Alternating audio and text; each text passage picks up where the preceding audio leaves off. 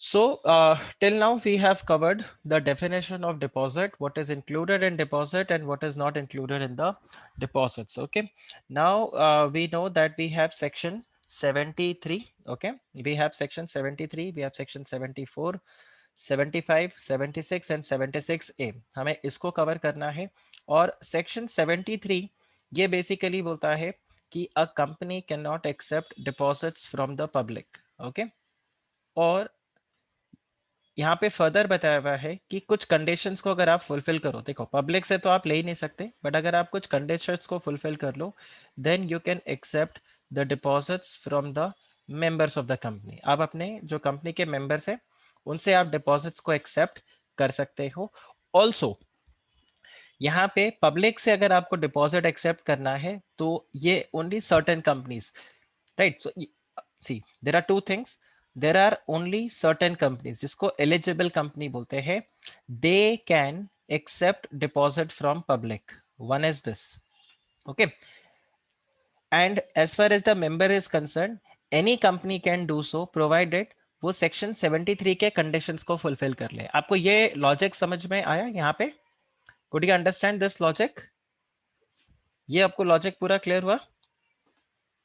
If you have to accept deposit from the public, okay, if you have to accept deposit, so from public, right, only the eligible companies can do, and these eligible companies under section 76, and deposits from the members, this can be done by any company and this will be under section 73, and of course preconditions आपके पास हैं 76 के अंदर भी 73 में भी, but सबसे ज्यादा जो लेंदी आपका है वो है section 73। So in this lecture will focus absolutely on section 73 only. हम सिर्फ सेक्शन 73 को ही कवर करेंगे यहाँ पे। 73 and some of the provisions for section 74 and 75 इन सबको हम यहाँ पर फिनिश करते हैं। चलिए, तो आप ये देखो, इट सेज दैट सेक्शन 73, मैंने आप लोगों को बोला था कि मैं बेयर एक्ट से आप लोगों को नहीं पढ़ाऊंगा, will all scribble and put things, but मैं एक बार आपको सेक्शन 73 ओवरव्यू करवा रहा हूँ so that you will be able to understand हम जब इसको लिखते रहेंगे। तो आप देखो सेक्शन 73 सबसेक्शन 1 है जो बेसिकली बता रहा है that on and after the commencement of this act no company shall accept or renew the deposit. अच्छा, आप अगर सेक्शन के हेडिंग को देखो तो सेक्शन का हेडिंग किसका बात करता है? Acceptance of deposits, correct. और रूल्स भी क्या है? Companies acceptance of deposit rules. But if you see the provision, provision क्या बोलता है? That no company shall accept or renew the deposits, okay, under this act, okay, from the public except as the manner provided under this chapter। तो section 76 है वो आपको बताता है कि आप पब्लिक से कर सकते हो। फिर यहां पर आपको क्या बताया हुआ है? That provided that nothing in this subsection shall apply to the banking company, then non banking financial company, okay. और फिर यहाँ पर आके बताया हुआ है and to such other company as a central government में after the consultation with the Reserve Bank of India में स्पेसिफाई। सो बेसिकली अगर आप यहाँ पे चेक करो, so there are prohibition which has been put on all the types of company. This is not just public company or private company. It says that no company. So both public and private, right? I'll write it here. Both the public company plus the private company, they are being prohibited from accepting or even renewing the deposits। तो आपके पास already अगर deposits है तो उसको renew भी नहीं कर सकते हो एक्सेप्ट चैप्टर 5 के जो प्रोविजंस आपको दिए हुए उसके हिसाब से। और यहाँ पर क्या बताया हुआ है कि nothing contain in this subsection shall apply, मतलब ये पब्लिक से जो डिपॉजिट को एक्सेप्ट करना या उसको रिन्यू करना पे इस पे जो रेस्ट्रिक्शन दिया हुआ है ये रेस्ट्रिक्शन एप्लीकेबल नहीं है। किसके ऊपर एप्लीकेबल नहीं है? एक हो गया आपके बैंकिंग कंपनी के ऊपर एप्लीकेबल नहीं है, दूसरा नॉन बैंकिंग फाइनेंशियल कंपनी के ऊपर एप्लीकेबल नहीं है, और तीसरा हाउसिंग फाइनेंस कंपनी। तो ये तीन तरह के कंपनीज है जिनको बोला है कि आपके ऊपर ये प्रोविजंस एप्लीकेबल नहीं है। अब बात आता है सेक्शन 72 का। अब सेक्शन 72 क्या, सॉरी सबसेक्शन 2 का। सो सेक्शन 73 सबसेक्शन 2 अगर आप चेक करो, so it says that a company may by passing a resolution in the general meeting, okay, and subject to the rules as may be prescribed. तो rules के हिसाब से it can accept the deposits. So अगर आप यहाँ पे देखो, it can accept deposits from its members. तो सेक्शन 73 सबसेक्शन 2 क्या बोल रहा है कि कंपनी आप अपने मेंबर्स से डिपॉजिट्स को एक्सेप्ट कर सकते हो on such terms and conditions, ठीक है, including the provisions of securities, it's repayment of along with the interest as agreed upon between the company and the members but subject to fulfillment of the certain conditions. तो ये आपके सारे conditions यहाँ पर दिए हुए हैं, इन conditions को fulfill कर सकते हो और आप यहाँ पे चाहोगे. इसके अलावा यहाँ पर क्या बताया हुआ है, सबसेक्शन 3 बोलता है that the deposit which is accepted by the company this should be repaid with interest with in terms of the conditions, जैसा आपका अग्रीमेंट में था उसके हिसाब से आपको रीपे करना चाहिए. और अगर कंपनी अगर रीपे नहीं करे तो क्या होगा, सबसेक्शन 4 बताया हुआ है. और सबसेक्शन 5 बेसिकली आपके सबसेक्शन 2 के प्रोविजन के साथ कनेक्टेड है. जैसे डिबेंचर रिडम्पशन रिजर्व है, वैसे डिपॉजिट रिडम्पशन रिजर्व होगा और इस रिजर्व का कोई और यूज नहीं होगा except for the repayment of the deposits. फिर आपके पास आता है सेक्शन 74 जो कि बता रहा है repayment of the deposits which are accepted before the commencement of this act. तो ये एक आपका छोटा सा प्रोविजन है, इसको हम बाद में देखेंगे. और फ्रॉड वाला प्रोविजन यहाँ पे सेक्शन 75 में आता है. And then you have section 76 जो बता रहा है कि acceptance of deposit from the public by certain companies. तो ये कौन से कंपनीज है, ये रूल्स के अंदर बताया हुआ है ये कौन से सर्टेन कंपनीज है और आप कैसे करोगे ये आपको बताया. तो आप यहाँ पे देखो this is acceptance of deposit from the public. तो सेक्शन 76 और ये सब तो हम बाद में कवर करते हैं. अब हम आते हैं सीधा अपने सेक्शन 73 पे और ऑब्वियसली यहाँ पे पनिशमेंट का प्रोविजन है सेक्शन 76A. अब ध्यान से देखना यहां पर जो मैं एनालिसिस आपको दे रहा हूं, मैंने सेक्शन 73 और जो रूल्स है डिपॉजिट रूल्स है उसको पूरा पूरा कंपाइल कर दिया मैंने यहाँ पे कंप्लीटली. तो आप सिर्फ सुनते जाओगे, मैं आपको यहाँ पे लिखवाते जाऊंगा. आपको बस खाली ये काम करना है कि जगह रहना पूरे टाइम पे और सोना मत, ठीक है. पूरे लेक्चर में आप यहाँ पे सो मत जाना क्योंकि आज हो सकता है आज का लेक्चर हमारा उतना इंटरैक्टिव नहीं हो, मुझे काफी सारा आपको यहाँ पे लिखवाना पड़े, ठीक. So please don't doze off in between the lecture and let's begin with this. So मैं यहाँ पे स्टार्ट करने वाला हूँ सेक्शन 73. आज काफी कुछ मेरे को आप लोगों को बताना है. सो सेक्शन 73 जो है ये क्या कर रहा है, section 73 it prohibits the company, right, it prohibits the company from accepting the deposits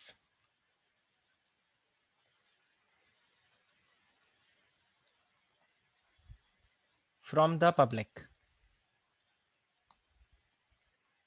आप पब्लिक से डिपॉजिट्स को एक्सेप्ट नहीं कर सकते, लेकिन कुछ कंपनीज को यहां पर एक्सेप्शन है और वो एक्सेप्शन किसके ऊपर है, this prohibition, right, this prohibition is not applicable for the banking company.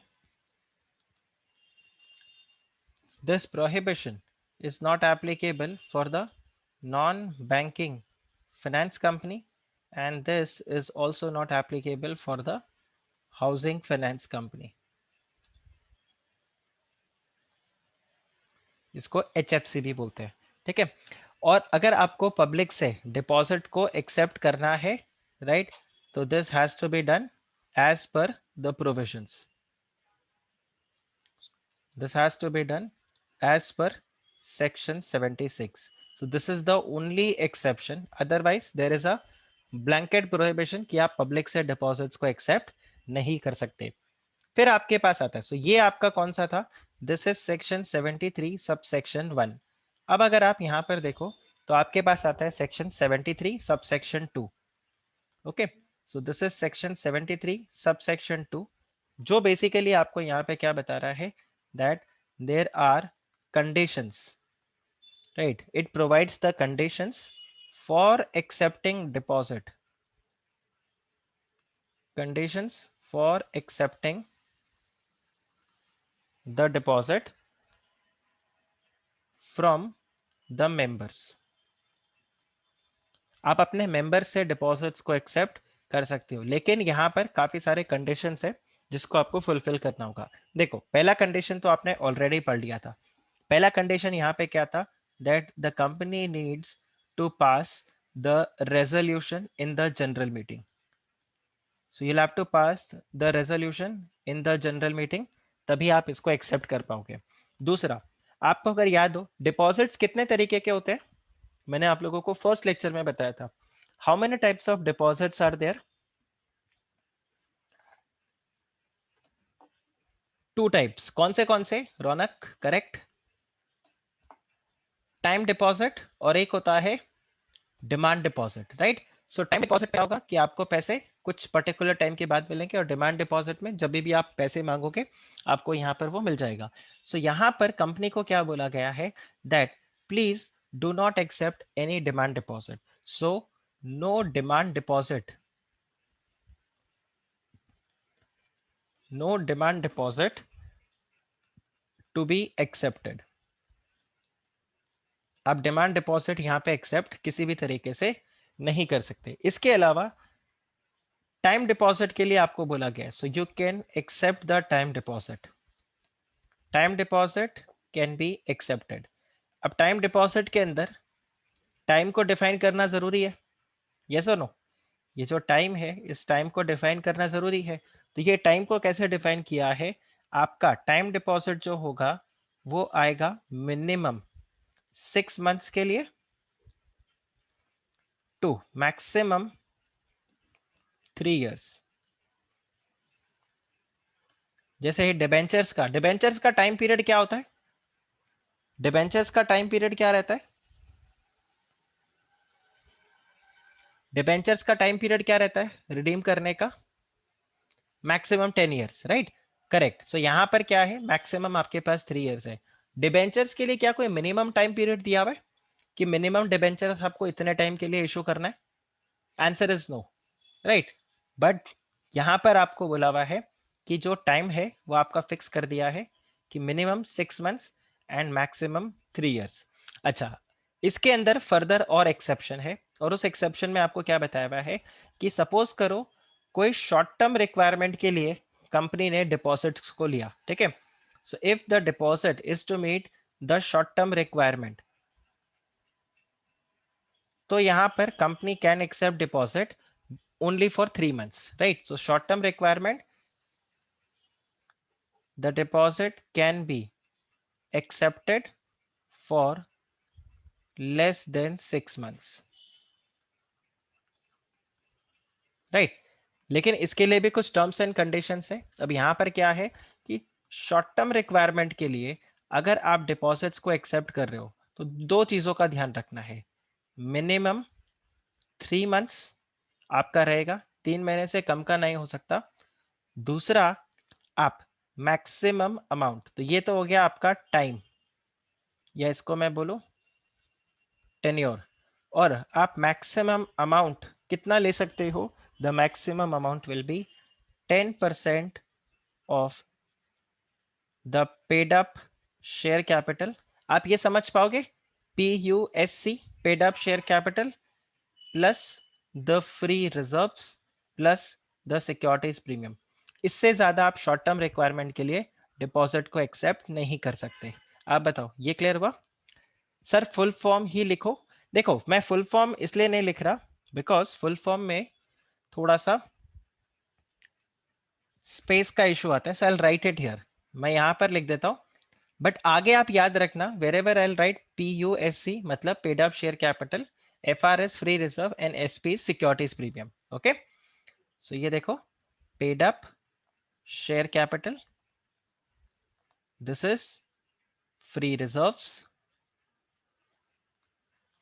And this is your securities premium. ठीक है, ये वाला, इज दिस फाइन?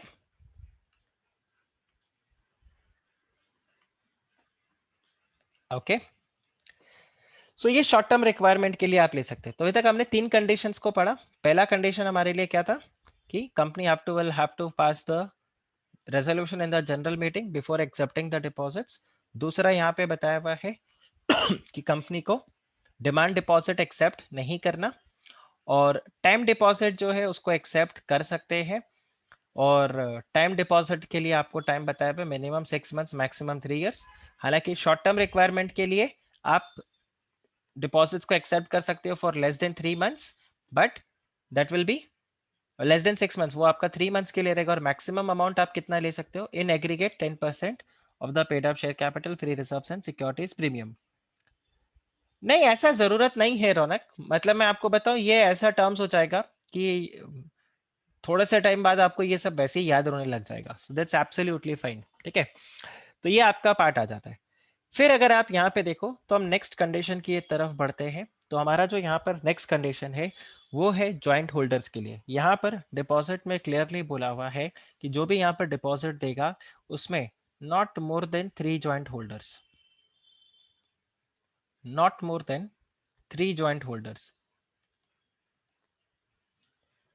कि 3 जने मिलकर आपको डिपॉजिट दे रहे हैं चलेगा, बट 3 से ज्यादा लोग मिलकर आपको एक कॉमन डिपॉजिट दे रहे हैं तो वो यहाँ पर मना किया गया है। तो it is not going to be allowed. So not more than 3 joint holders. फिर हम आते हैं पॉइंट नंबर ई, कि आप मैक्सिमम डिपॉजिट्स जो है वो कितना कलेक्ट कर सकते हो, ठीक है। सो आपका टोटल डिपॉजिट्स कितना होगा? Your total deposit will be a maximum of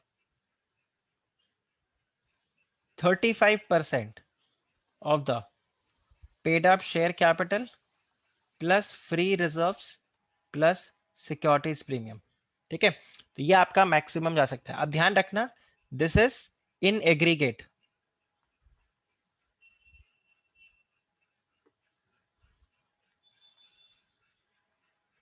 आपके टोटल डिपॉजिट्स कितने हो सकते हैं? Maximum of 35% of the paid up share capital free reserves और securities premium.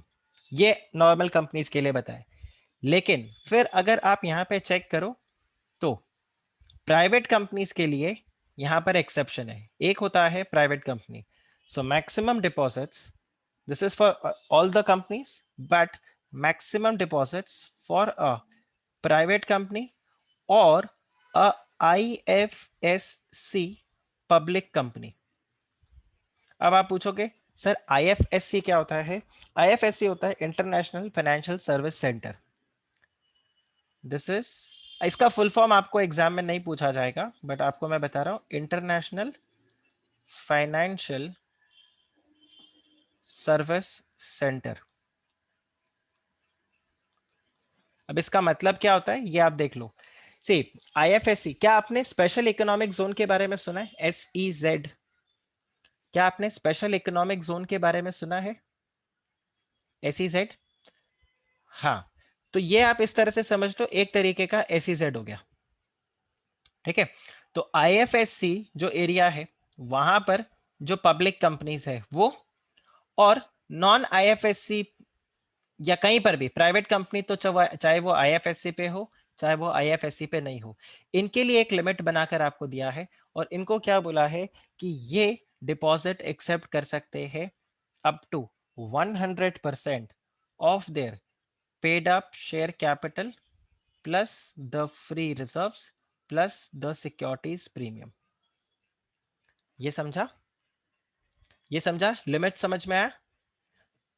The limit for the deposits is what? It is 35% only. Okay, it is 35%. But for a private company, the limit is more. And if there is a public company which is situated in IFSC, तो यहाँ पर उनके लिए थोड़ा और ज्यादा limit दे दिया, उनको बोला है 100%। अब आपको मैं बताता हूँ, एक तीसरे टाइप का कंपनी है उसके लिए तो और भी ज्यादा लिमिट्स को बढ़ा कर दे दिया। यहाँ पर किसके लिए है? The third type of company is a startup company, ठीक है। तो अगर एक स्टार्टअप कंपनी है, इसमें वैसे एक अमेंडमेंट है, आपके मॉड्यूल में शायद कुछ और होगा, यहाँ पर कुछ और जाएगा। तो अगर एक स्टार्टअप कंपनी है तो ये स्टार्टअप कंपनी जो कि प्राइवेट लिमिटेड, एक तो स्टार्टअप कंपनी होना चाहिए, दूसरा it should be a private limited company. So startup company which is a private limited company, in that case वो 100% के लिमिट उनके लिए एप्लीकेबल नहीं है, right. For this the limit of 100% is not applicable. इसका क्या मतलब हो गया? वो 100% of the paid up share capital free reserve and security premium उससे ज्यादा भी बोरो कर सकता है कब तक? अप टू, अब आपके मॉड्यूल में शायद होगा 5 years फ्रॉम इनकॉर्पोरेशन। मॉड्यूल लेके कौन बैठता है? विनीत, विनीत मॉड्यूल लेके बैठता है? नहीं। ओके, देखो, सो ये 5 years था, अब ये 5 years चेंज हो गया है, now this is 10 years। So for up to 10 years of incorporation, एक स्टार्टअप प्राइवेट लिमिटेड अगर कंपनी है तो उसके लिए ये 100% वाला जो लिमिट है ये एप्लीकेबल नहीं होगा। तो सर फिर उनके लिए क्या लिमिट होगा? उनके लिए लिमिट आपका चला जाएगा कि they can borrow twice, right, twice the paid up capital or 50 crore whichever is less. तो उनके लिए लिमिट है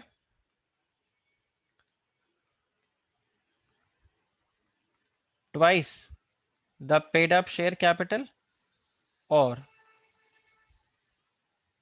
50 crore whichever is less. क्या ये आपको समझ में आया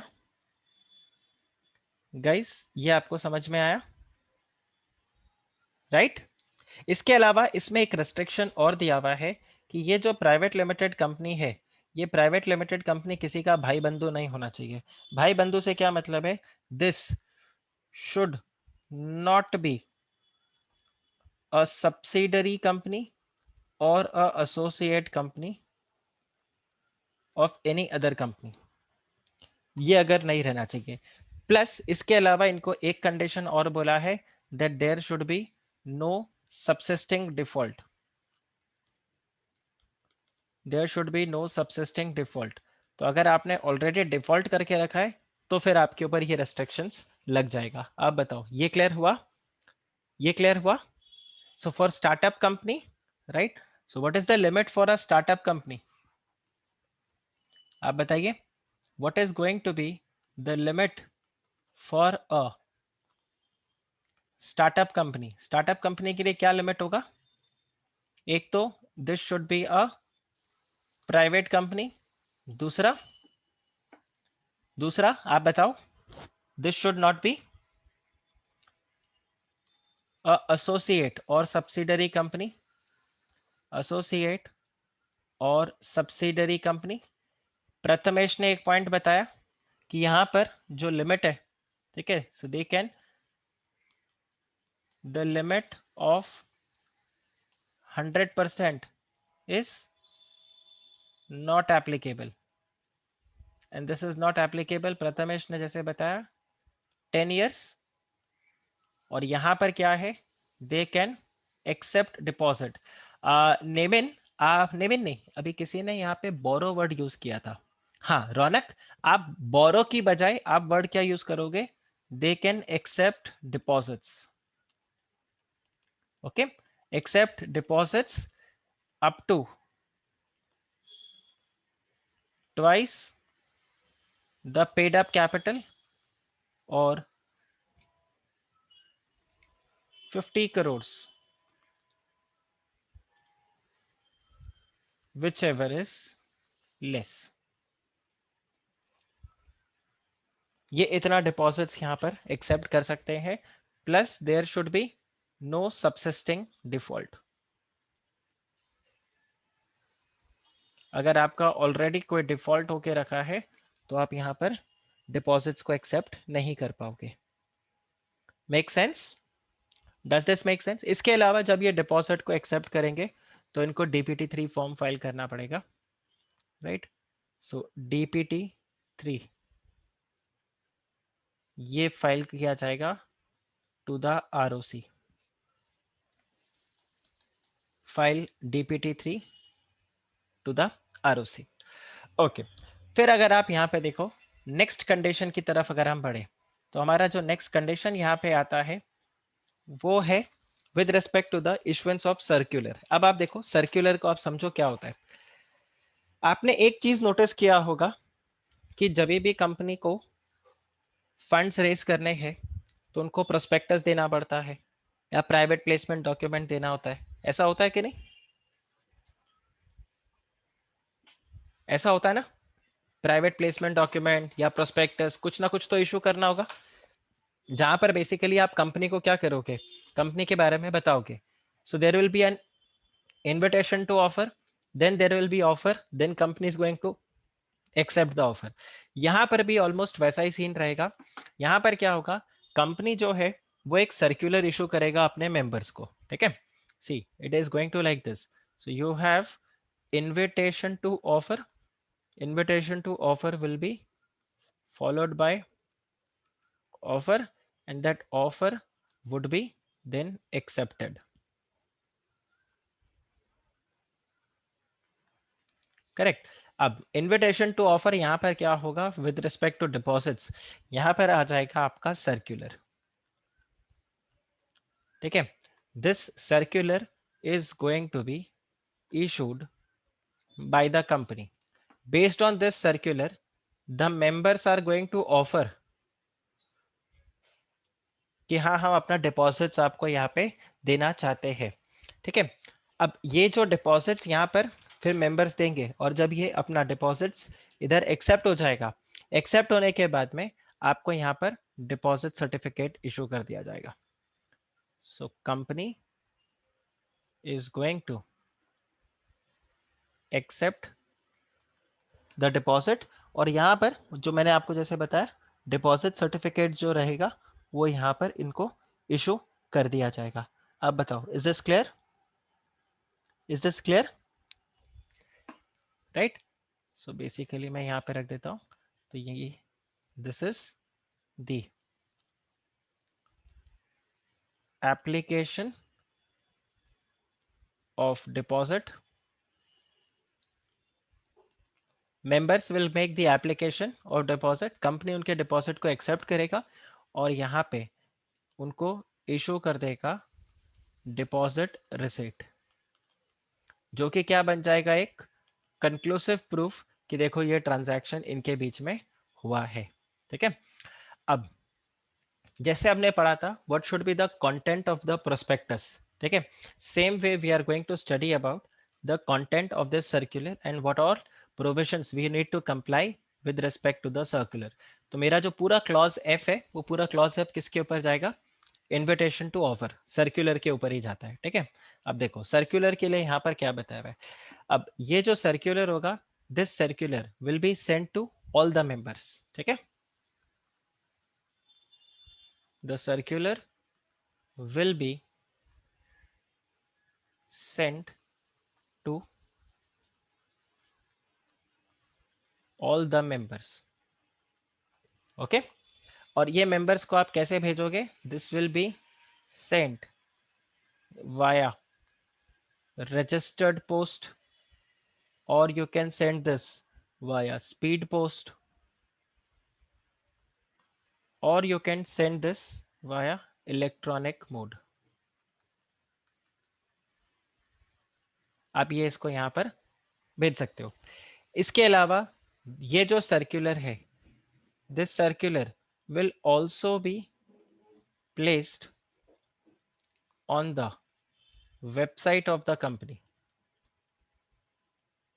इसके अलावा ये जो सर्कुलर है, इस सर्कुलर को आपको पब्लिश भी करवाना पड़ेगा. Right, this will also be published in the English. आप समझ पा रहे हो पूरा, इसको आपको पब्लिश करना होगा in the English plus the vernacular language newspaper. तो ये दो न्यूज़पेपर्स के अंदर आपको इसको पब्लिश कराना होगा. और ये कब पब्लिश होगा, this is going to be published, ये देखो बेसिकली इसको आप पब्लिश तो करोगे, प्लस ये जो सर्कुलर है इस सर्कुलर को आप फाइल करोगे to ROC. This will also be the copy of the circular. This will be filed to ROC. ये आप ROC को फाइल करोगे. ठीक है, and this will be done 30 days prior to the issue. Right. अच्छा, prospectus का कोई validity था? क्या प्रोस्पेक्टस का कोई वैलिडिटी था कि प्रोस्पेक्टस इतने टाइम तक ही वैलिड रहेगा? ऐसा कुछ वैलिडिटी था?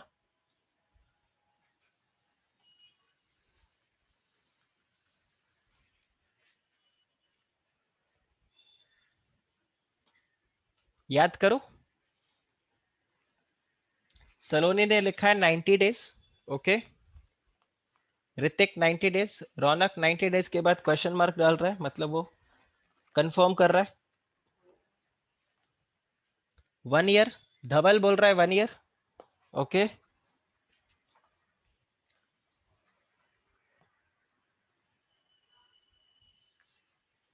Very good. ऋतिक ने बोला शेल्फ में 1 ईयर है, अदरवाइज 90 डेज रहता है। आप आरओसी में फाइल करते हो, उसके बाद 90 दिन का टाइम रहता है आपके पास। 90 डेज के अंदर अंदर उसको आपको इशू करना होगा, अदरवाइज सेल्फ प्रोस्पेक्टस में आपके पास 1 ईयर का टाइम रहता है। The entire logic of self prospectus was what, कि आपको 1 ईयर का टाइम यहाँ पर मिले। Very good.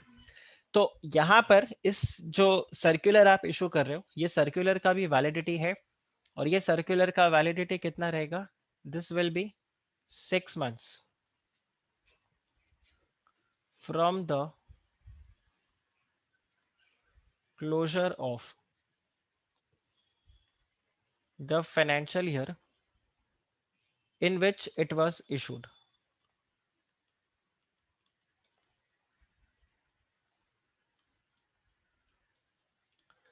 तो अगर आपने आज इशू कर दिया, आज अगर आपने इशू किया, तो अभी कौन सा करंट फाइनेंशियल ईयर कौन सा है? करंट फाइनेंशियल ईयर है 21, 2021, 2022। सो 2022 में आपका फाइनेंशियल ईयर जब एंड होगा, उससे 6 महीना मतलब 30 सितंबर तक रहेगा इसका वैलिडिटी। और until the date on which your financial statement is laid before the annual general meeting, until the date on which the financial statement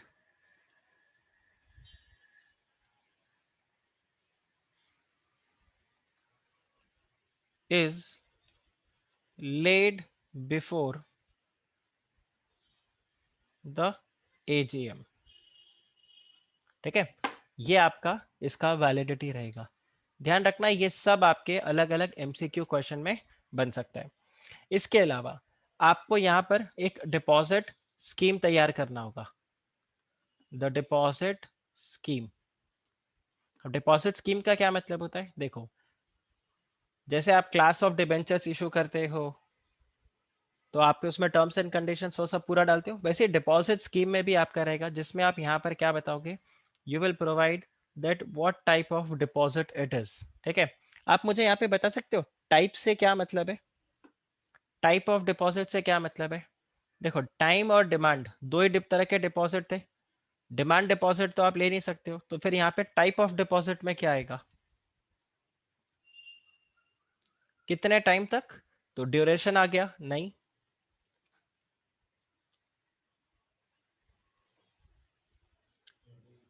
S T या आई टी, ये क्या है भाई?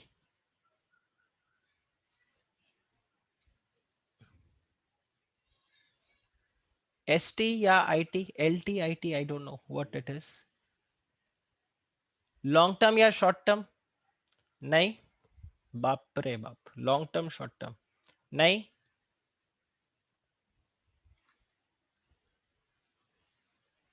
Interest rate? No. Interest rate भी अलग से आपका एक पॉइंट आ जाएगा, ये देखो, मोड ऑफ पेमेंट प्लस यहीं पर आ जाएगा आपका रेट ऑफ इंटरेस्ट, ये अलग से आ जाएगा। आप यहाँ पर ये भी बताओगे कि आप रीपेमेंट कब करोगे और कैसे करोगे रीपेमेंट। इसके अलावा आप क्रेडिट रेटिंग बताओगे अपना,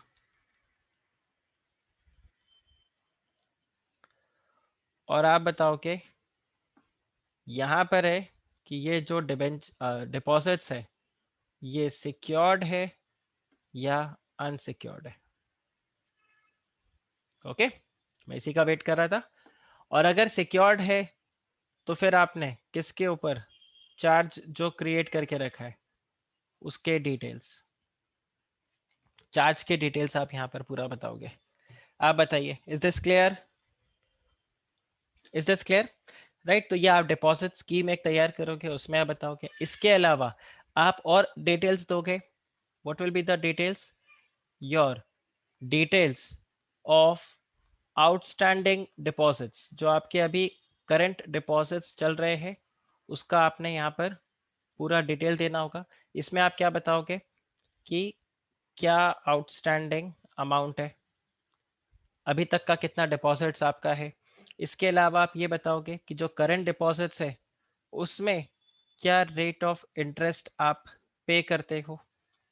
फिर आप ये बताओगे कि जो करंट डिपॉजिट्स है इसमें आपके टोटल नंबर ऑफ डिपॉजिटर्स कितने हैं, what is the total number of depositors.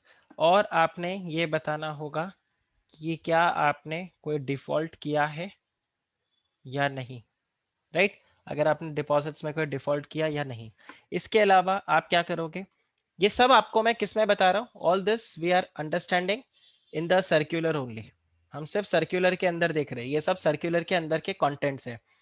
ठीक है, इसके अलावा आप यहाँ पर बताओगे कि ये जो सर्क्यूलर है इसमें आपके कंपनी का फाइनेंशियल पोजीशन क्या है।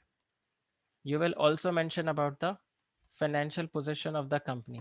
अब फाइनेंशियल पोजीशन से यहाँ पर क्या मतलब आता है, फाइनेंशियल पोजीशन में आप बताओगे पर्टिकुलरली आपका प्रॉफिट बिफोर टैक्स क्या था, आपका प्रॉफिट आफ्टर टैक्स क्या है। इसके अलावा आप यहाँ पर बताओगे कि आपने जो डिविडेंड डिक्लेयर किया, आपने कितना डिविडेंड डिक्लेयर किया है, आप वो बताओगे। इसके अलावा आप यहाँ पर और मेंशन करोगे your audited cash flow statement, your audited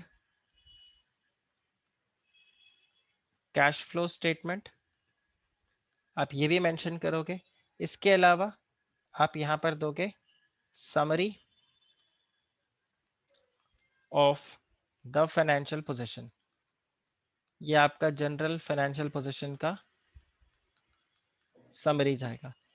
ये डिटेल्स आप दे दोगे of the preceding 3 financial years,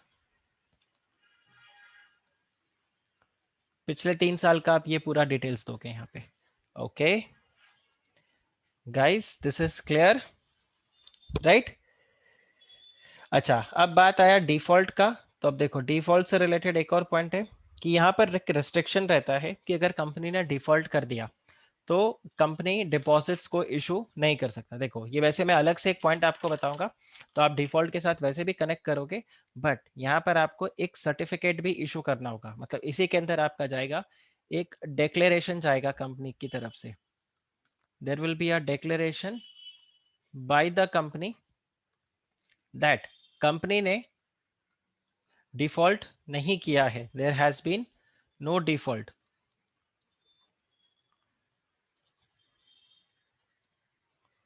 no default in the repayment और the interest, sorry, on the deposits. आपने यहाँ पर कोई भी गड़बड़ नहीं किया। इसके अलावा आप ये भी बताओगे that the company is able to meet its liabilities, right? इसके अलावा आप ये भी बताओगे the company is not going to become insolvent, the company is not going to be insolvent for 1 year, 1 साल तक ये कंपनी सॉल्वेंट ही रहेगा। इसके अलावा आपको इस डिक्लेरेशन के साथ में एक ऑडिटर से सर्टिफिकेट भी इशू करके आपको देना पड़ेगा। You also need to attach auditor's certificate.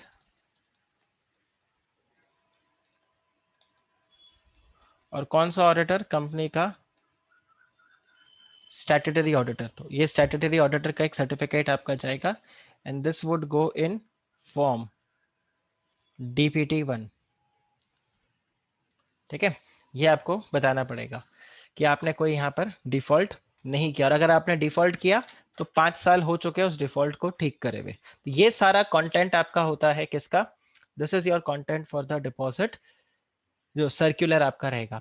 इसके बाद में अगर आप पॉइंट देखो तो नेक्स्ट आपके पास आ जाता है ये, चलो मैं डिफॉल्ट का पॉइंट ही आपको यहाँ पे बता देता हूँ, सिंस हम लोग इसी को कर रहे हैं, कि अगर आपने डिफॉल्ट कर दिया इन द रीपेमेंट ऑफ डिपॉजिट, या फिर आपने डिफॉल्ट कर दिया in the payment of interest, तो क्या होगा, तो कुछ भी नहीं होगा। आपको उस डिफॉल्ट को पहले क्या करना पड़ेगा, the default has to be made good. इसके बाद में you will have to wait for 5 years. So after 5 years, then the company will be able to accept the deposits.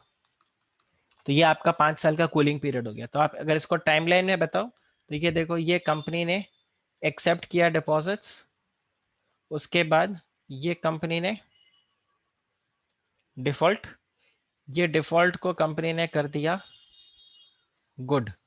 ये गुड करने के बाद आपको वेट करना होगा for the period of 5 years। उसके बाद में कंपनी एलिजिबल होगा डिपॉजिट्स को एक्सेप्ट करने का। हाँ, सॉर्ट ऑफ, देखो ब्रॉडली प्रोविजंस अगर आप देखो ना तो बहुत सारे प्रोविजंस आपको सेम मिलेंगे।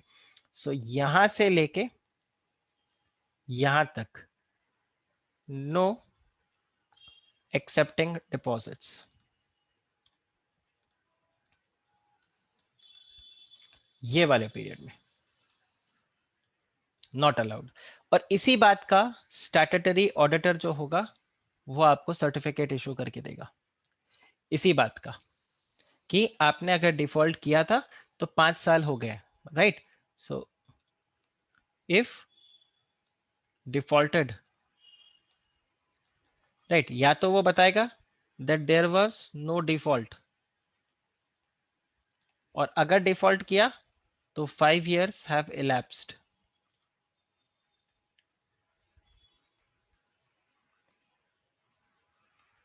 आफ्टर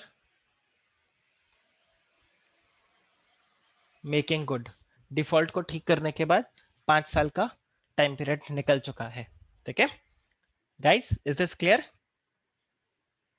डिफॉल्ट वाला पॉइंट क्लियर हुआ।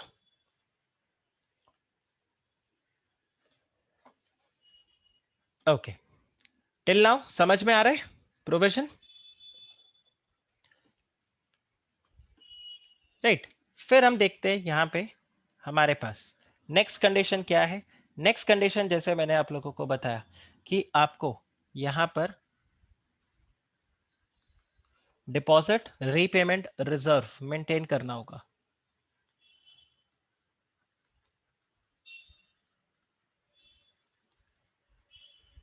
ये कंपनी को मेंटेन करना होगा। अब ये कितना मेंटेन करना होगा और कब मेंटेन करना होगा, देखो this has to be of 20% of the amount maturing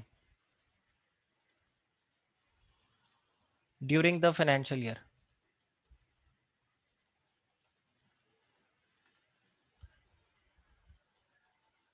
right. एक तो आपको ये देखना होगा, दूसरा ये जो डिपॉजिट है, ये डिपॉजिट आपको कब तक करना होगा, this has to be done on or before 30th April, on or before the 30th April each year, ये रखना होगा। इसके अलावा the amount has to be put in the separate bank account. Okay, और इसको हम फिर यहां पर क्या बोलेंगे, deposit repayment reserve, plus this amount should not be utilised for any other purpose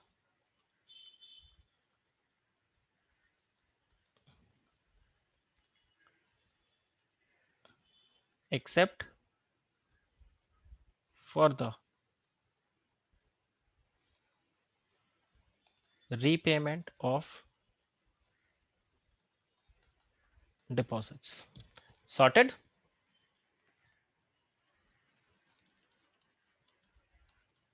तो ये आपका डिपॉजिट रीपेमेंट रिजर्व के लिए आ गया। इसके अलावा आपको यहां पर ध्यान रखना होगा with respect to the provision of security. अब प्रोविजन ऑफ सिक्योरिटी से क्या मतलब है? आप देखो, अगर आप एक सिक्योर्ड डिपॉजिट को एक ले रहे हो, ठीक है, देखो, so this is with respect to the provision of security. ये पॉइंट को आप देखो, इसमें क्या आता है। देखो, मैंने आपको पूछा था डिपॉजिट्स कितने तरीके के होते हैं अंडर द कंपनीज एक्ट। तो दो तरीके का डिपॉजिट होगा। एक हो जाएगा या तो वो अनसिक्योर्ड है या फिर वो सिक्योर्ड है। अगर अनसिक्योर्ड डिपॉजिट है, ठीक है, अगर अनसिक्योर्ड डिपॉजिट है, तो इन दैट केस यहां पर क्या इशू रहता है कि आपको ये क्लियरली मेंशन करना होगा if the deposit is unsecured, ठीक है, तो ये आपको क्लियरली मेंशन करना होगा in the circular. This has to be clearly mentioned in the circular कि ये अनसिक्योर्ड डिपॉजिट है। लेकिन अगर ये सिक्योर्ड डिपॉजिट है, तो फिर आपको यहां पर बताना पड़ेगा कि ये जो सिक्योर्ड डिपॉजिट है ये कौन से एसेट पे है। So then you will have to mention the asset with which या ऑन विच, ऑन ज्यादा करेक्ट वर्ड होगा, on which charge is created, ताकि इसको सिक्योर कर सके। अच्छा, एसेट्स कौन से होंगे? एसेट्स कौन से होंगे? Assets would be all the assets except, बता सकते हो कौन सा, कौन से एसेट्स होंगे? ये हमने ऑलरेडी पढ़ा हुआ है। Very good. So assets which are mentioned in the schedule 3 except the intangible asset. आप बताओ, इज दिस क्लियर? अच्छा, ये जो आप चार्ज को क्रिएट करोगे, charge should be in favour of,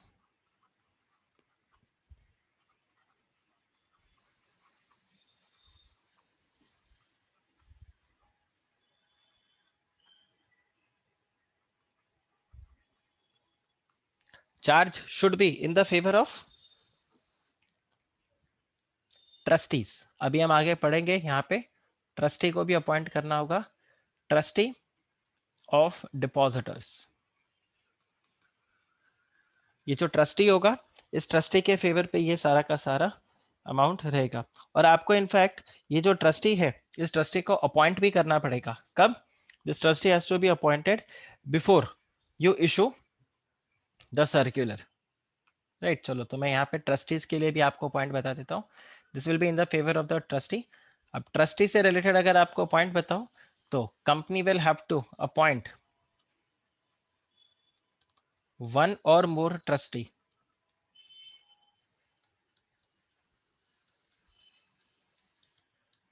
right, before the circular is being issued. इसके अलावा इनसे आपको क्या लेना पड़ेगा? प्रायर रिटर्न कंसेंट ले लेना चाहिए कि भाई आप ट्रस्टी बनने में इंटरेस्टेड हो या नहीं हो। Okay, and this trust deed should be executed. You must also execute the trust deed at least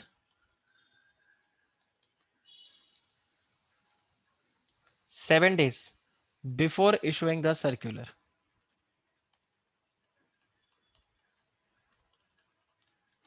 आप जो ये सर्कुलर इशू करोगे, उससे 7 दिन पहले आपको क्या करना होगा?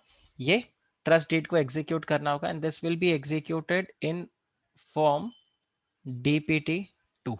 ये जो ट्रस्ट डीड होगा आपका, ठीक है, एक चीज और यहाँ पे ध्यान रखना कि ये जो ट्रस्टी को आपने अपॉइंट कर दिया, एक बार आपका सर्कुलर इशू हो गया उसके बाद आप इसको रिमूव नहीं कर सकते, right? So the trustee should not be removed, must और rather cannot be,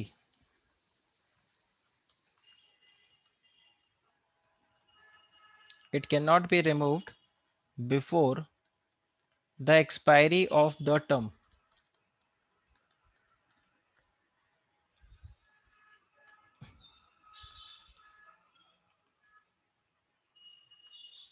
rather, रुको, ये सेंटेंस थोड़ा सा मेरा करेक्ट नहीं गया, ग्रामेटिकली करेक्ट नहीं गया, इसको मैं अगले पेज पे लिख देता हूँ, अगले स्लाइड पे। तो यहाँ पर जैसे प्रोविजन आता है कि ये जो ट्रस्टी है, this trustee after the circular is issued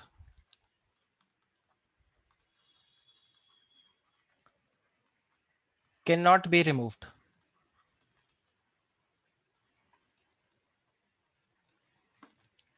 before expiry of his term. उसका जब तक टर्म कंप्लीट नहीं होगा तब तक आप उसको यहां से रिमूव नहीं कर सकते। एक पॉइंट तो ये। दूसरा, आपको यहां पर यह भी ध्यान रखना होगा कि अगर आपको रिमूव करना भी है तो आपको डायरेक्टर्स का अप्रूवल लगेगा, except with the consent of all directors,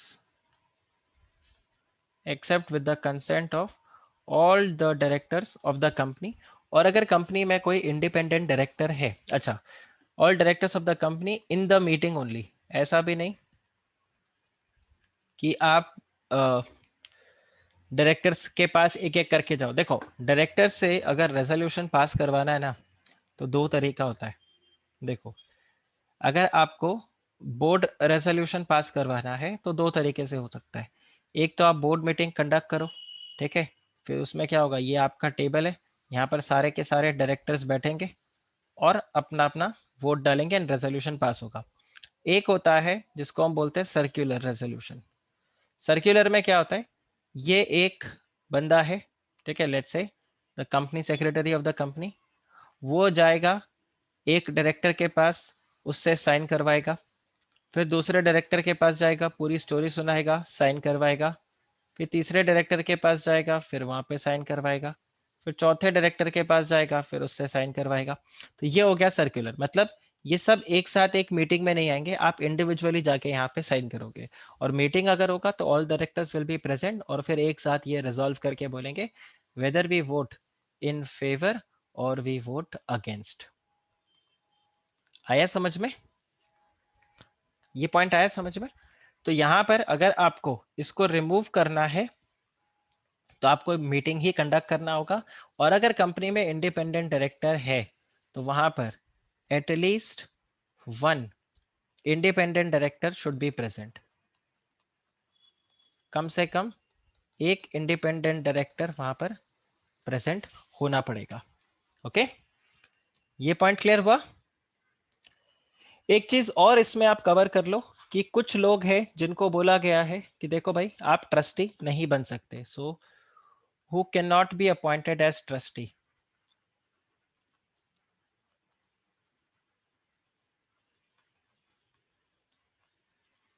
deja vu जैसा लग रहा है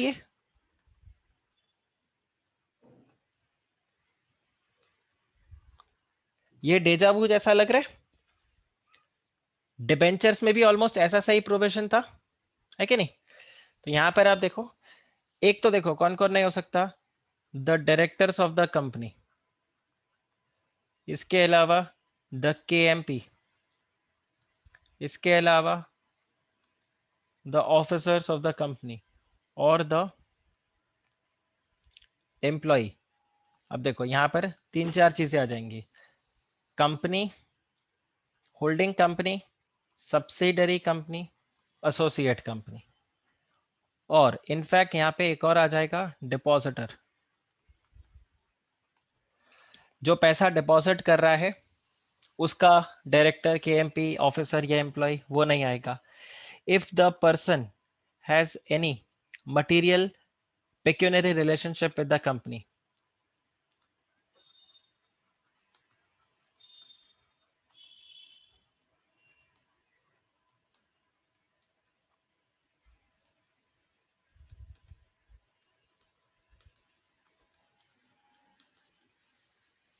तो वो भी यहाँ पर नहीं आ सकता. इसके अलावा if the person is indebted to the company or to the holding company or to the associate company or to the subsidiary company or to the group subsidiary company. ठीक है, तो आप नहीं कर सकते. या फिर ये जो इंसान है, he has entered into any guarantee agreement.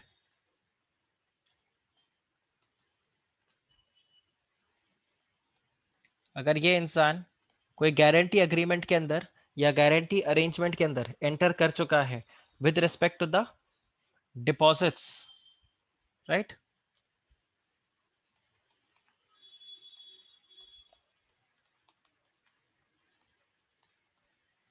और इंटरेस्ट, तो वो भी यहाँ पर अपॉइंट नहीं हो सकता. तो ये सारे आपके पॉइंट्स हैं with respect to the trustee, right. तो लास्ट पॉइंट हमारा था point number I.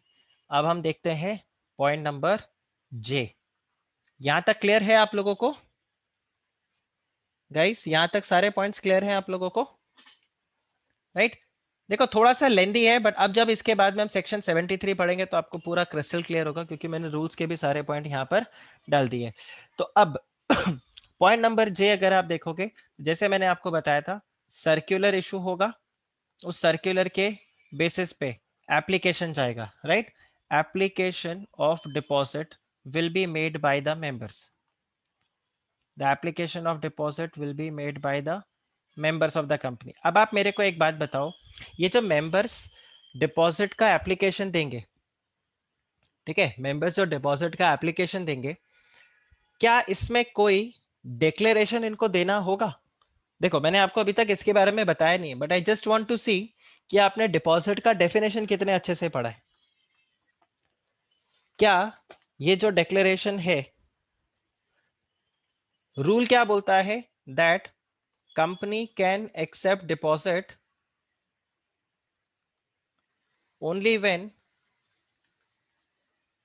application is made by the members. Only when the application is made by the members, right? अब आप मेरे को एक बात बताओ,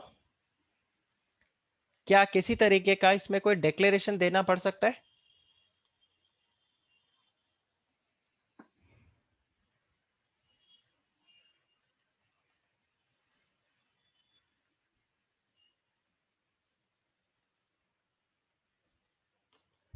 सो यहां पर डिक्लेरेशन क्या रहेगा? डिक्लेरेशन डिपॉजिटर की तरफ से ये रहेगा कि वो जो भी यहां पर डिपॉजिट दे रहा है, ठीक है, जो भी वो डिपॉजिट यहां पे दे रहा है, that deposit is not made out of the borrowings.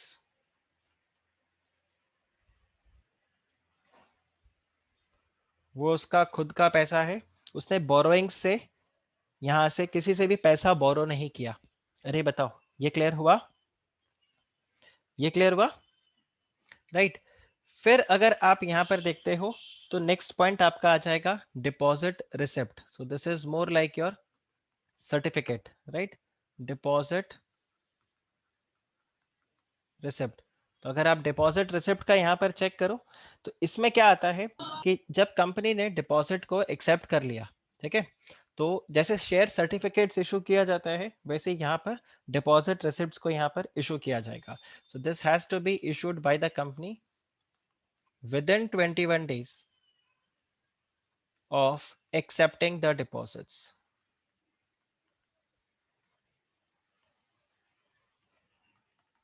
Within 21 days of accepting the deposits, company is going to issue the deposit receipt to the member.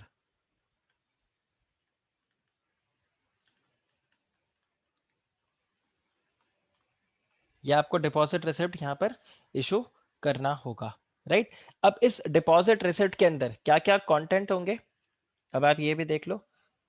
Same जो आपके बेसिकली ये बता देगा कि डिपॉजिट्स में आपका क्या क्या है। तो इसमें एक तो मेंशन हो जाएगा what is the date of deposit, आपने कौन सी तारीख को पैसे जमा किए कंपनी को। दूसरा यहां पर आ जाएगा the name of the person, the name and the address of the person. इसके अलावा यहां पर आप ये भी मेंशन कर दोगे कि कितना अमाउंट आपको यहाँ पर रिसीव हुआ है, ठीक है।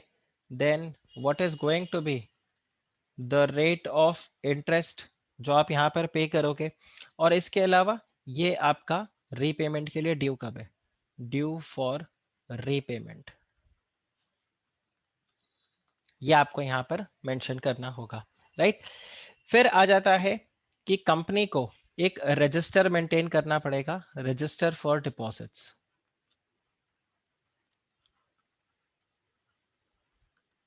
Company will have to prepare the register for deposits. अब रजिस्टर फॉर डिपॉजिट्स के अंदर क्या होगा, यहाँ पे कंपनी को मेंशन करना होगा, ये जो डिपॉजिट्स वाला रजिस्टर कंपनी मेंटेन कर रहा है, इसमें कंपनी को बताना पड़ेगा अबाउट द फॉर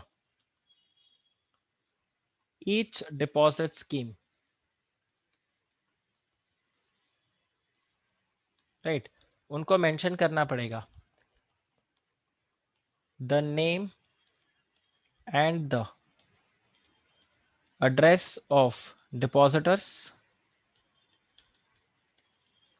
इसके अलावा उनको ये बताना पड़ेगा that what is going to be the PAN number, इनका पैन नंबर आप बताओगे। फिर आप यहाँ पर बताओगे कि यहाँ पर नॉमिनी कौन है। क्या नॉमिनी का क्लॉज आपने पहले भी पढ़ा था, who is going to be the nominee.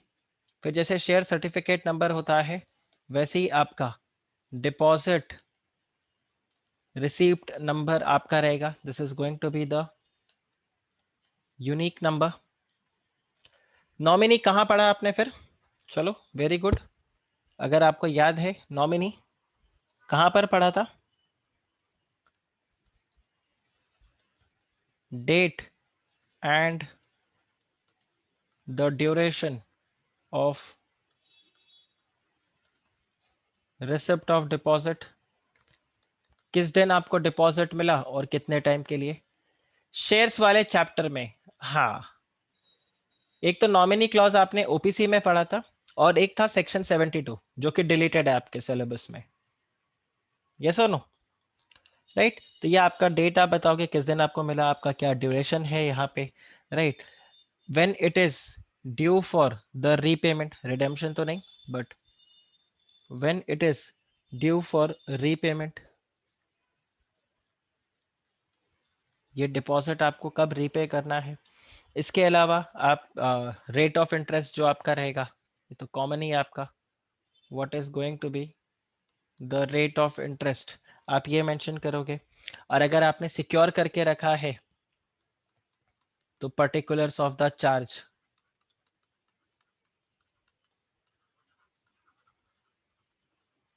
आपको ये मेंशन करके रखना होगा। So these are the provisions which you have with respect to the register of deposits. इसके अलावा एक प्रोविजन आपको और यहाँ पे दिया हुआ है कि अगर प्री मैच्योर रीपेमेंट आपको करना है डिपॉजिट का, right. So this is with respect to the premature repayment of deposit.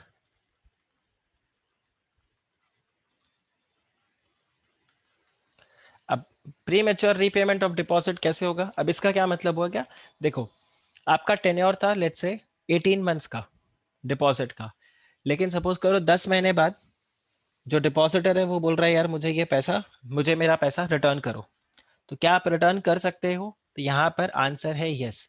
Pre mature repayment कब होगा, only when it is upon the request of depositor,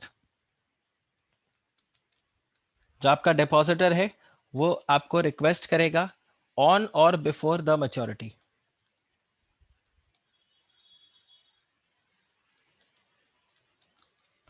okay, आपको यहाँ पर वो बताएगा। अब इसमें एक पॉइंट और है कि एक कंडीशन होगा कि आपका जो इंटरेस्ट रेट है वो 1% से कम हो जाएगा, राइट। कंडीशन ये है, reduce the rate of interest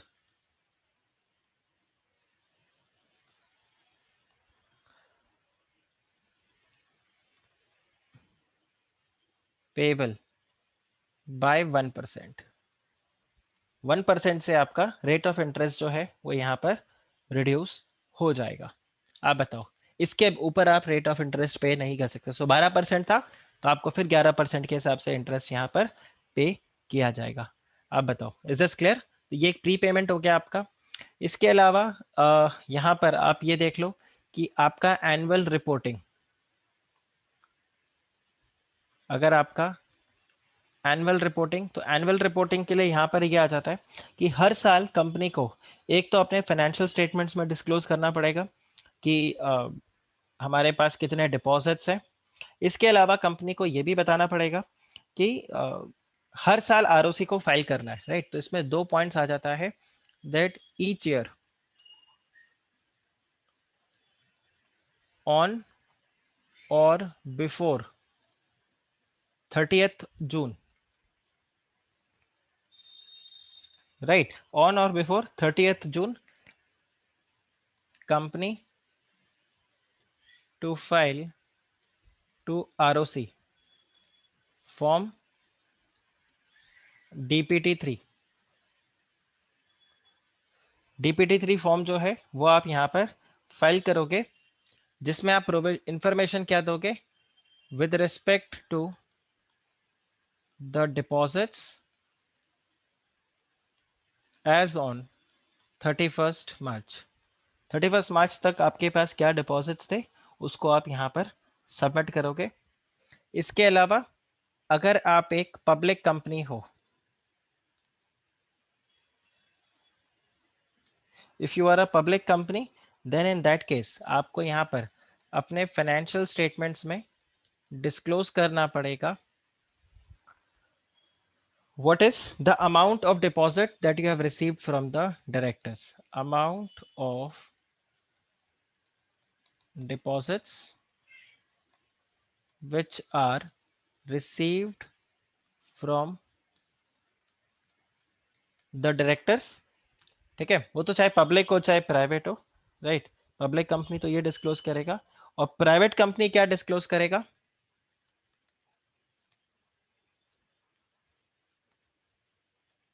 अपने फाइनेंशियल स्टेटमेंट्स में सेम चीज, but from directors and relatives. याद आ रहा है? प्राइवेट कंपनी का ये पॉइंट याद आ रहा है? इनको डिपॉजिट की तरह ट्रीट किया जाएगा क्या? Is this deposit? Is this deposit? Directors, is this deposit? ये वाला पॉइंट जो है, इज दिस डिपॉजिट? ये वाला point, answer is no, correct. Raunak, Prathamesh, ये डिपॉजिट नहीं है, लेकिन इसके बारे में इंफॉर्मेशन आपको फिर भी डिस्क्लोज करना पड़ेगा कि देखो ये मेरा डिपॉजिट्स का मतलब ये अमाउंट है जो मुझे डायरेक्टर से यहाँ पर मिला है। हालांकि इसको डिपॉजिट की तरह ट्रीट नहीं करते, बट फिर भी ये डिस्क्लोजर रहेगा। नेक्स्ट पॉइंट आप देखो, यहां पर आ जाता है with respect to the repayment of the deposits.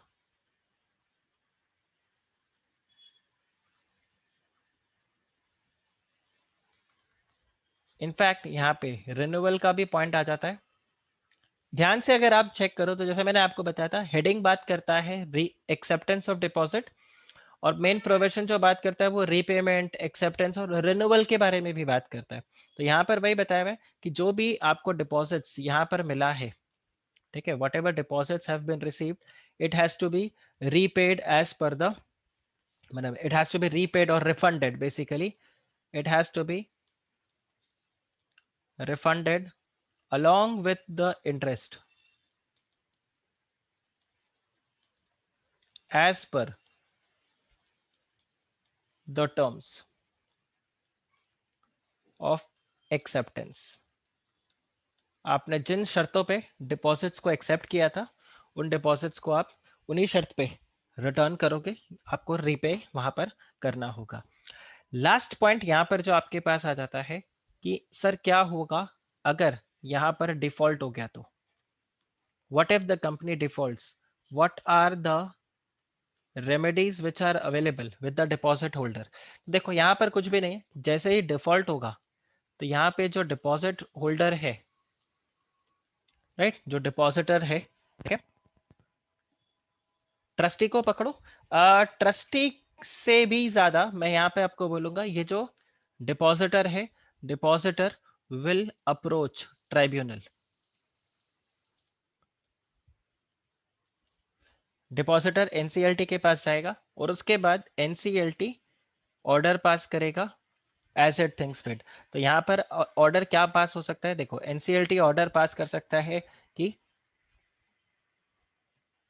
Order pass हो जाएगा to the company, to the company to pay the sum, आप यहाँ पे पेमेंट कर दो। या फिर यहाँ पे आ जाएगा कि it can be ordered to the company to pay for the damages. Breach of contract हो गया ना ये, एक तरीके से ब्रीच ऑफ कॉन्ट्रैक्ट हो गया ना, तो पैसे तो रिटर्न करेंगे, अगर कोई डैमेजेस यहाँ पे हुआ है तो वहां पर डैमेजेस भी चला जाएगा, और फिर एनी अदर ऑर्डर, कोई और ऑर्डर अगर उनको लगेगा तो कोई और यहाँ पे जो भी tribunal deems fit, as deems fit, तो यहाँ पर ऑर्डर पास हो जाएगा आपका।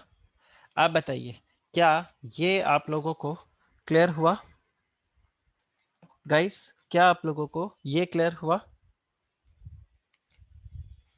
कुछ प्रोविजंस और है डिपॉजिट से रिलेटेड, बट वो इस चैप्टर में नहीं कवर होगा, वो कवर हो जाएगा हमारे डिविडेंड वाले में। जैसे कि अगर आपका डिपॉजिट्स जो है वो एक्सेप्ट हो गया, लेकिन अभी तक और वो मैच्योर भी हो चुका है, लेकिन कोई क्लेम नहीं कर रहा। अब क्लेम क्यों नहीं कर रहा, कुछ भी रीजन हो सकता है, क्लेम नहीं कर रहा, तो अब उस पैसे का क्या, क्या वो पैसा कंपनी खुद खा जाए? Answer is no. उसको आपको डिपॉजिट करना होगा in the investor education protection fund. तो ये आपका पूरा प्रोविजन है। अब अगर मैं आपको सेक्शन 73 में लेके जाऊं, तो ये देखो हमने इतना सारा प्रोविजन पूरा कवर कर लिया, राइट। अब अगर सेक्शन 73 आप देखोगे तो आपको ऐसा लगेगा हाँ ये सब बात समझ में आने वाला पॉइंट है। तो आप देखो यहाँ जैसे बताया हुआ है, हियर दे से दैट, ये हमने पार्ट ऑलरेडी कवर किया था। अब 72 में आप देखो कंडीशंस यहाँ पे बताया हुआ है, और कंडीशंस देखो पहला क्या है, company will have to issue the circular to the members including the statement showing the financial position of the company. ये दिख रहा है आपको, ये सब पॉइंट्स हमने लिखा था, फाइनेंशियल पोजीशन, क्रेडिट रेटिंग आपको बताना होगा, टोटल नंबर ऑफ डिपॉजिटर्स कितने अभी है, कितना अमाउंट उनके वर्ड्स आपका ड्यू है, and such other particulars as may be prescribe, तो वो मैंने आपको ऑलरेडी लिखवाया। फिर आप देखो the copy, filing a copy of the circular with the registrar, ये भी मैंने आपको बताया था, within 30 days before the issue of the circular. इसके अलावा depositing on or before the 30th day of the April, which shall not be less than 20% of the amount of its deposit maturing in the financial year, right? And it shall be kept in the scheduled bank in a separate bank account to be called as deposit repayment reserve account। याद आ रहा है? और ये sub section 5 है, ठीक है। Sub section 5 बोलता है कि ये अमाउंट का कोई और यूज नहीं होगा, शैल not be used by the company for any other purpose other than the repayment of the deposits. फिर अगर आप देखो तो यहाँ पर ये प्रोविजन को ओमिट कर दिया गया। अब ये कौन सा प्रोविजन है ये आपको मैं बता देता हूँ। जो ओमिट किया है प्रोविजन को, this is deposit insurance. I think इसके बारे में मैंने आपसे थोड़ा सा डिस्कस किया था।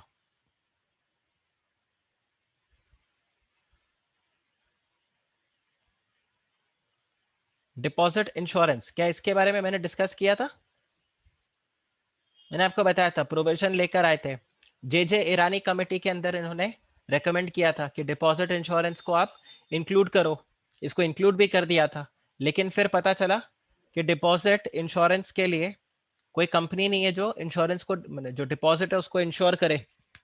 तो फिर कंपनीज के लिए तो ये एक प्रॉब्लम हो गया ना, कि कंपनीज एक्ट आपको बोल रहा है, ठीक है, कंपनीज एक्ट आपको बोल रहा है कि आपको डिपॉजिट इंश्योरेंस कराना मैंडेटरी है, और ऑन दी अदर हैंड आप डिपॉजिट इंश्योरेंस नहीं करवा रहे हो क्योंकि आपको कोई डिपॉजिट इंश्योरेंस कंपनी मिल नहीं रहा है, तो इसका क्या मतलब हो गया कि आपने कंडीशंस जो है उसको कंप्लाई नहीं किया।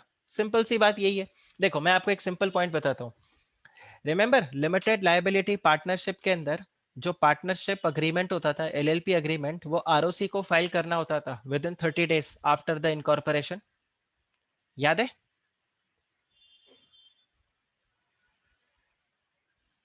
पॉइंट याद आ रहा है आपको? फाउंडेशन में पढ़ा था हमने। अब मैं आपको प्रैक्टिकली बताता हूँ। हमने एक एलएलपी को इनकॉर्पोरेट किया था अप्रैल में, और उसका एलएलपी अग्रीमेंट को हमने आरओसी को फाइल भी कर दिया था। अब एलएलपी अग्रीमेंट जो का वो स्टैम्प पेपर पे होना चाहिए। कुछ आरओसीज बोलते हैं कि उसको आपको नोटराइज करवाना पड़ेगा, और कुछ आरओसी बोलते हैं उसको बिना नोटरी के भी चलेगा। ठीक है। अब मेरा जो क्लाइंट था वो क्लाइंट है असम के अंदर, तो मैंने क्या किया, जो बिना नोटरी वाला एलएलपी अग्रीमेंट था वो आरओसी को फाइल कर दिया। अब क्यों फाइल किया बिना नोटरी वाला? हालांकि जो आरओसी शिलोंग है वो नोटरी वाला एलएलपी अग्रीमेंट मांगता है, नोटराइज मांगता है। दिल्ली आरओसी भी मांगता है। मुंबई आरओसी बोलता है कि हमें नोटरी का जरूरत नहीं है। अब मैंने बिना नोटरी का इसलिए फाइल किया क्योंकि अगर मैं नोटरी का वेट करूं तो मेरे पे पेनल्टी लग जाएगा। रीजन बीइंग कि कंपनी मतलब वो 30 days के अंदर अंदर फाइल करना चाहिए। अब पंगा ये है कि जब ये 30 days का टाइम पीरियड था उस टाइम लॉकडाउन लग गया था, कोर्ट सारे बंद थे, तो मैं एलएलपी अग्रीमेंट फाइल कर नहीं पाया, नोटरी करवा नहीं पाया, तो मैंने बिना नोटरी वाला एलएलपी अग्रीमेंट वहां पर फाइल कर दिया।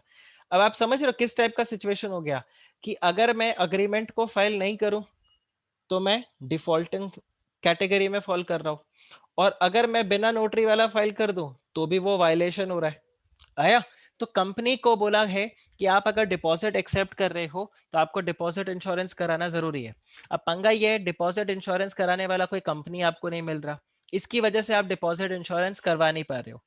तो प्रोविजन कैसा हो गया कि आप, क्योंकि डिपॉजिट इंश्योरेंस के लिए कोई कंपनी नहीं मिल रहा, तो आप डिपॉजिट्स को एक्सेप्ट नहीं कर सकते हो, और डिपॉजिट्स को एक्सेप्ट नहीं कर सकते हो तो ये डिपॉजिट्स का जो पूरा प्रोविजन आपने रखा है वही फेल हो गया। ऑन दी अदर हैंड आपकी कोई गलती भी नहीं है, ऐसा भी नहीं है कि आप जानबूझ के डिपॉजिट नहीं करा। सो इंडस्ट्री की तरफ से काफी क्रिटिसिज्म हुआ इस प्रोविजन का कि हम बिना डिपॉजिट इंश्योरेंस के डिपॉजिट एक्सेप्ट नहीं कर सकते, और इंश्योरेंस कराने के लिए कोई डिपॉजिट इंश्योरेंस कंपनी नहीं है। या तो आप डिपॉजिट इंश्योरेंस की कंपनी ला कर दो, या फिर एलआईसी को बोलो डिपॉजिट इंश्योरेंस करे, या फिर आप इस प्रोविजन को ओमिट करो। तो गवर्नमेंट ने बोला चलो हम इस प्रोविजन को यहाँ पर ओमिट कर देते, तो ये प्रोविजन यहाँ पर ओमिट हो गया। स्टोरी समझ में आया? ये स्टोरी समझ में आया? बैकग्राउंड सुनने में बड़ा मजा आता है ना, क्या हुआ था कैसे हुआ था। राइट, एनीवे, तो यहाँ पर आप देखो ये आपका बैकग्राउंड था। तो डिपॉजिट इंश्योरेंस के कंडीशन को डिलीट कर दिया, और इसके अलावा ये देखो कंपनी को सर्टिफाई करना पड़ेगा कि देखो भाई हमने कोई भी डिफॉल्ट नहीं किया था, और जो भी डिफॉल्ट था उसको हमने ठीक कर दिया है। और ये देखो 5 years का टाइम पीरियड जो है वो लैप्स हो चुका है after making this deposit the default good. And इसके अलावा अगर सिक्योर डिपॉजिट है तो आपको उसके लिए प्रोविजन बताना पड़ेगा कि आपने किस चीज के लिए, कहां पर, कौन से एसेट्स के ऊपर इसको सिक्योर करके रखा है। राइट, और अगर अनसिक्योर्ड है तो आपको वो भी बताना पड़ेगा that these deposits are unsecured deposits. Right, और जो भी डिपॉजिट्स आपने यहाँ पे एक्सेप्ट किया that has to be repaid in accordance with the terms and conditions जो यहाँ पर आपको दिया हुआ है। और व्हाट इफ अगर यहाँ पे जो डिपॉजिट आपने एक्सेप्ट किया है उसको आप रीपे नहीं करते हो, मतलब यू डू नॉट रीपे, या आपका कुछ वायलेशन यहाँ पे हो जाता है, तो क्या होगा? तो यहाँ पर क्या हो जाएगा?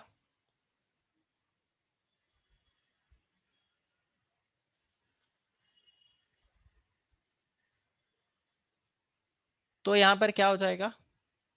5 years का कूलिंग पीरियड, इसके अलावा यहाँ पर पीनल इंटरेस्ट भी लगेगा। राइट, इसके अलावा एक पॉइंट यहाँ पे ध्यान रखना, there will be penal interest which will be imposed अगर आप यहाँ पे डिफॉल्ट करते हो। तो देखो रूल 17 है, रूल 17 यहाँ पर बोलता है कि अगर कंपनी ने यहाँ पर डिले किया तो इधर penal interest at the rate 18% to be paid, जब भी आपका अमाउंट ओवर ड्यू हो गया और आपने पे नहीं किया। Right, when the amount is over due. अब सर आप बोलोगे ये 18% का एक्स्ट्रा इंटरेस्ट किसके लिए? For all deposits, all deposits, secured हो अनसिक्योर्ड हो, ठीक है, वो वाले डिपॉजिट्स जो कि मच्योर हो चुके हैं और क्लेम कर लिए गए बट अभी तक अनपेड है, ठीक है। तो यहाँ पर ध्यान रखना, penal interest of 18% is to be paid on unpaid deposits, ठीक है। तो यहाँ पर आपका पेमेंट आ जाएगा। फिर अगर कंपनी ने यहाँ पर ये देखो ये आ गया, ये जो मैंने आपको बोला, जो डिपॉजिटर्स है वो कहाँ जा सकते हैं? ट्राइब्यूनल के पास जा सकते हैं, और ट्राइब्यूनल में जाके ट्राइब्यूनल डायरेक्ट करेगा कंपनी को पे करो और डैमेजेस पे करो और फिर any other order it deems fit. तो ये 18% का इंटरेस्ट, और ये जैसे मैंने आपको बताया कि deposit repayment reserve shall not be utilised for any other purpose other than the repayment of deposits. अब बताओ क्या ये क्लियर हुआ आप लोगों को? क्या ये क्लियर हुआ? Is this clear? ओके। तो इसमें आज फिर हम यहाँ पर रैप अप करेंगे अपने सेशन को, और डिपॉजिट्स का एक सब्सटेंशियल पार्ट हमारा कंप्लीट हो गया है। कल डिपॉजिट्स का जो पूरा चैप्टर है यही कंप्लीट हो जाएगा हमारा। Okay okay, all right then, all right then, that's it for today's lecture then, take care, bye bye.